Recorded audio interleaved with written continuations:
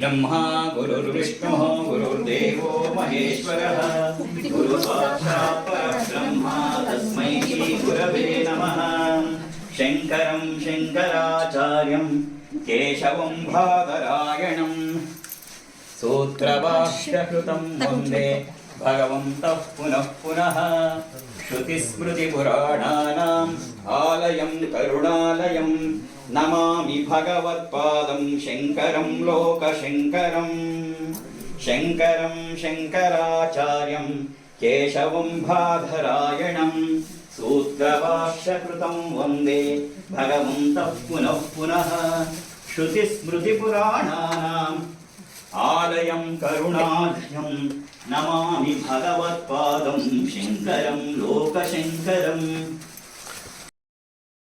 हिरण्यपात्रं मदो पूर्णं ददाति मधुव्योऽसानेति एकदा ब्रह्मणुपहरति एकदैव यजमान आयुस्तेजो ददाति साङ्गाय सायिकाय सर्वालङ्कारभूषिताय शिवस्वरूपेण श्रीजगद्गुरु शङ्कराचार्य भगवत्स्वामिने नमः।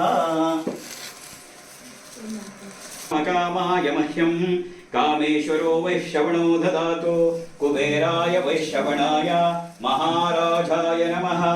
यो वेदादौस्तुर प्रोक्तो वेदान्तेज प्रतिष्ठितः तस्य प्रकृतिलीनस्य यः परस्व महेश्वरः।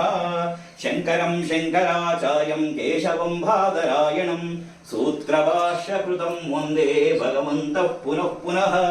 श्रुतिस्मृतिपुराणानाम् आलयं करुणालयं नमामि भगवत्पादं शङ्करं लोकशङ्करं।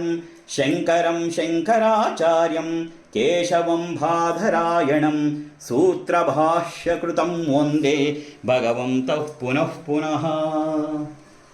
श्री श्री शंकर भगवत्पाद महाराज जी की जय। सद्गुरु जगद्गुरु शंकर भगवत्पाद महाराज जी की जय।